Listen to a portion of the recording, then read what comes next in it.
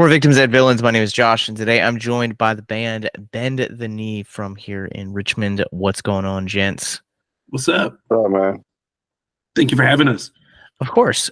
Well, let's jump in to get introductions. So introduce you guys yourselves and tell what you do in the band. Tim, you're first. All right. I'm Tim. I do the vocals for Bend the Knee. I'm Rob. I play bass. Travis, play guitar. All right. Well, obviously, the first question that I'm going to ask tonight is bend the knee can mean a multitude of things. Can mean military. It can mean religion. What does it mean for you guys? Oh, So a couple different meanings, man. I mean, you could take it, I feel like, at face value, like, I don't know. It's kind of tough to explain. I think you could take it a number of ways. You know what I mean? Sure. Yeah, for sure. Yeah, I mean, just depending on who you are, and I don't want to get myself in trouble here, so I think I'm gonna keep it to myself what I think it is. Yeah, I tried to rack, and I was like, there's so many different things that it could mean. Like, it's one of those band names that just kind of fits to everyone's, I guess, agenda or lifestyle. So I'm kind of curious, when you guys were organizing and kind of coming up with the sound of Bend the Knee, at what point did the name actually come through? Because sometimes you start first and you're trying to craft the sound, and then the name kind of comes after, or vice versa. So what was it? What's kind of the origin story for you guys? Yeah, I think the name actually came after. What basically happened was Rob, Oscar, myself, we were in a band before called Genosha, and that band ended up dying, and then we all kind of wanted to play still. So once we left that band, we just started jamming here and there, and then we were looking for a singer. Couldn't find a singer, and then one day I just typed in my phone. I typed in singer, in my contacts, my actual contacts, and it was two names in there. It was Tim. Tim's name was in there, and there was another guy. He used to sing for a band called Let This Be Ours, and I was like, I have no idea who this Tim dude is. So I was like, let me just text him, see what happens. And I text him, I was like, hey, man, you want to sing for a band? He was like, yeah. I was like, all right. So, I mean, that's actually how it actually happened. I don't know this dude from Adam. You know what I mean? Yeah, still no clue of how my name got into Travis's phone. It's wild. The fact this is my first band doing vocals in, and I was just playing bass in a cover band, and just it's just such a crazy coincidence. It's really wild. Yeah. Well, when you think about it, the whole band is kind of a coincidence, right? Oscar's from, he was born in Mexico, grew up in Portland, spent time in Germany. I'm from Long Island originally, moved down to Virginia. Tim is from Pennsylvania and now lives in Maryland. Travis grew up while he was born in Long Island, grew up in Newport News, and then settled in Fredericksburg. The odds of us even kind of meeting each other, much less coming together and kind of having the same sort of mindset with the music we want to come out with, I think is pretty ridiculous. The odds are sort of stacked against us when you think about it, That's awesome. That's not a band story you get to collection hear. of people. Sorry. Oh, it's all good. I'm just saying, it's just a random collection. You know what I mean?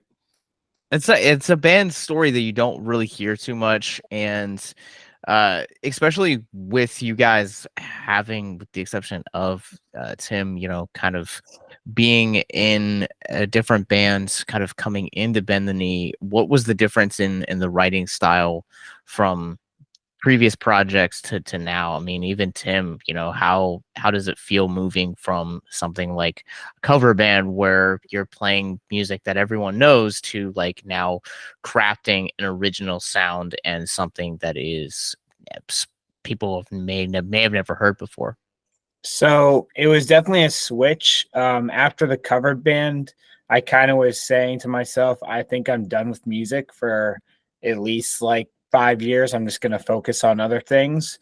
So when I got an opportunity, when Travis hit me up to scream and sing, which I've never done before. I should mention my dad is a singer and he was born in the 50s. He loved like the Beach Boys. He grew up during like the rock and roll era. And so he's been a singer his whole life. And I've always looked up to him. So I'm not a pro at singing, but I've been screaming ever since I was like 14, and I could get a hold of some sort of mic and amplifier just to like distort my vocals a little bit. And so this was kind of an opportunity I've been waiting on for like my entire life. So I had to jump on it, even though I was like, I'm sick of being in bands right now. But yeah, I mean, I think when it comes to like the writing, I know me and Travis, he does a lot of the writing. I kind of contribute where I can, you know. I feel like we sort of came into this band with like a no ceiling kind of approach, right? Like we're just going to do whatever it is we feel like doing, the stuff that we grew up listening to, loving, trying to put a modern spin on it. And if people are into it, that's awesome. If people aren't into it, you know, it's like whatever. We're kind of doing it for us. I think that's a big driving force behind the kind of material that we're putting out, you know? Yeah, just I don't know, it's just something fun to do. With the last band that we were in, it was a not completely different style. There was like a couple little mathy parts here and there, but it was a little more straightforward, a little more like beat downish, but like with like little mathy parts here and there. And then, but I guess like kind of within that band, everyone had a more of a strict way of how they wanted everything to sound. So kind of when we started this band, it was just like, all right, we're just gonna do whatever and just have fun with it. One of the things that in promoting the upcoming show that we're going to be putting on with you guys at Garden Grove next month, that you guys can get all the details for on our website at victimsandvillains.net. It's got a great lineup for that show. We promote our shows at like the events that we do, which ranges everything from film festivals to conventions. And one of the more recent conventions we had a chance to have a part of, you know, we were like describing the sound, and you know, you guys describe yourselves as mathcore, and a lot of the people that I interacted with there like didn't understand what mathcore was. So can you guys kind of give us a Webster's dictionary of what mathcore is, and then how it applies to the sound that you guys have? That's a good question, man, because I think mathcore, more so than a lot of the other genres out there, kind of incorporate a lot of other weird stuff outside of like the technical sort of metal realm, you know, or like the hardcore realm. I think it kind of keeps us open to be able to work in like those weird electronic parts and jazz parts. And mathcore, it's hard to describe now, but I think it's coming up. Like the style is coming up. You're starting to see more bands kind of branch out of like the norm of what's kind of come to be expected within the larger like metal and hardcore genre, you know. But I think it's kind of tough to put an actual definition on it right now. And that's kind of what makes it interesting, you know what I mean? Like my layman's definition for mathcore would be most music you listen to and you can go like this. Mathcore, you're not doing that. And I love that chaotic energy that mathcore bands have in their riffs, in their ideas that just kind of grasp you and you don't know what to do with yourself. Like it's the energy is what really drives the music. Yeah. I don't know how to explain it either. Just a lot of time signature changes. It's just I don't know. It feels like more to me. It feels more free to play. Like you know, there's like literally no ceilings. Like that. I think that's like it actually sums it up what mathcore kind of is, because when you listen to a mathcore band, it can literally be anything. It's like kind of like the one genre where you can literally do anything and get away with it, essentially. So it's pretty cool. Yeah, I mean, you kind of look at the spectrum of bands that sort of classify themselves like that. You know, you have bands like Dillinger, who are like the OGs, right? But like Car Bomb, you would kind of consider them, they're sort of in the same ballpark too. But I would say Dillinger and Car Bomb are way different, like in terms of like their production quality, their sound, all that. But it's sort of all encompassing, right? So I think it does kind of leave the door open to just kind of a lot of experimentation when it comes to the sound and like what you're able to kind of pull off. And I don't know. I think it just kind of keeps you open to not just sticking within one realm of sound, if that makes sense. And that also as an artist like continues to challenge you to grow. It's like I don't want to be stuck in like the same spot or like pigeonholed into, being like breakdowny like metalcore scene era of, MySpace, but also wanting to embrace like the weirder side of like, the Chariot and Dillinger, like you had mentioned. And so you guys are still a fairly young band. You guys released an EP last year called Eyes Behind the Algorithm, and it's 7 songs. What can people kind of expect? How would you describe the writing process for that? Taking into consideration with what Travis was just saying about the writing style and having no ceilings. Like how do you guys actually write in that way? Because I feel like with the phrase "no ceilings" and right coming into a writing style, it feels like that the songs could just kind of go on forever. Like, at what point does a song feel finished for you guys? That's a good question, man. I mean, I feel like when it comes to like the way we write, usually like Travis will come up with a bunch of riffs. I'll have a couple riffs and then maybe one of those electronic things, and then Travis kind of works his magic, you know what I mean, and shows up. It's like, hey guys, I got a new song, right? I feel like this next batch of stuff. So we're currently in the middle of like recording a new EP. We actually just started yesterday on drums, right? So we have another 3 songs coming out, and we have a couple other songs on the bank too. And I feel like this new stuff is even crazier than the old stuff, right?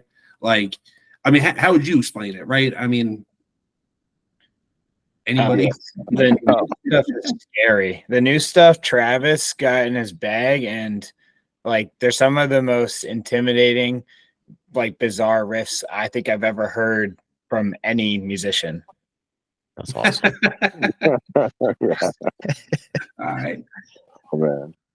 Yeah. I don't know, man. It's just fun. So I just, like I said, it ain't on me. Like I have some ideas, but like a lot of times I'm like, hey, what do you guys think? And a lot of times what we end up doing is some of the stuff I end up changing anyways. Like I kind of do like a more of a skeleton, and I just I'll bring it to the band, and then they're like, oh, how about we take this part out, add this, or how we throw the sample here, or we change this riff, and then we kind of then it becomes more of a just more of a team effort. I just kind of get the ball rolling just a little bit. This guy's talking like a football coach right now. Like, it's a team effort. It's like everybody's in the game right now. Right. It's a big strikeouts in the 9th inning. But it's a team effort. Can't take all the credit. I feel like we kind of got a little sidetracked. What was the actual question again that you just asked us? Yeah. Like in terms of like like having that freedom that you guys have crafted amongst one another, what is the actual like? At what point does a song feel finished to you guys? I think once the lyrics are there, because we kind of will do the music, and then Tim will kind of listen to it over a while, and I think once the lyrics are there, then it's like, all right, like everything, all the pieces of the puzzle are together, and it feels like that. I think at that point the song is finished. Yeah. Going back to the Eyes Behind the Algorithm, the EP we released last year, I was lucky enough to join the band after these guys had been jamming out for like a year. And so I had 6 songs ready to write lyrics to. So I took that advantage to kind of pay homage to like my favorite bands, which usually write concept albums. So the lyrics for this album are all set in a first person point of view, and each song builds on a storyline that basically occurs over the EP. So this album is the new EP is going to be the first time writing lyrics that are kind of disconnected as they come to me one by one. But the lyrics are getting like darker. That's what I've noticed. Yeah, I would agree with Travis. Like once the lyrics are done, that's how it's pretty much finished. Like, but I feel like there's always a little bit of tinkering going on. You know what I mean? Like, I feel like some songs will knock out. Travis will come with the general skeleton. We'll change like 1 or 2 things, and it's done. And then sometimes we'll play around with it for like a month. You know what I mean? I feel like there's no kind of set in stone limit It just kind of happens. You kind of feel it when it's done. It's like, okay, yeah, this is done. This is a banger. This is cool. We're good. Nice. It's not every day that you kind of get to hear a band kind of talk about that, but Tim's talking specifically about the lyrics for the content. I mean, what is the process like for you? You talked about it kind of being both everything kind of dropping it at once, as with eyes, and then kind of a lot of the newer stuff that you guys are writing, it just kind of comes in sporadics. Like what is it that inspires, or what is it that you guys specifically want to address as a band when it comes to the platform and lyrics? Yeah, so I would say for the first EP, it was very inspired by narrative writing and sort of like storytelling, and also like Native American legend, also with a bit of like sci-fi horror to it. And the story is a really like emotional story that follows this character, but it also is personal to me because it takes like things that I've dealt with in my life, like depression, struggle to feel, accepted, to feel like I, am not a burden on like people around me. So it's sort of placed into this character and this decision he must make with his life. And then the newer stuff, I have been like diving into like historical literature and just different types of books for sort of like more of like just each song its own piece of like very dark and morbid history.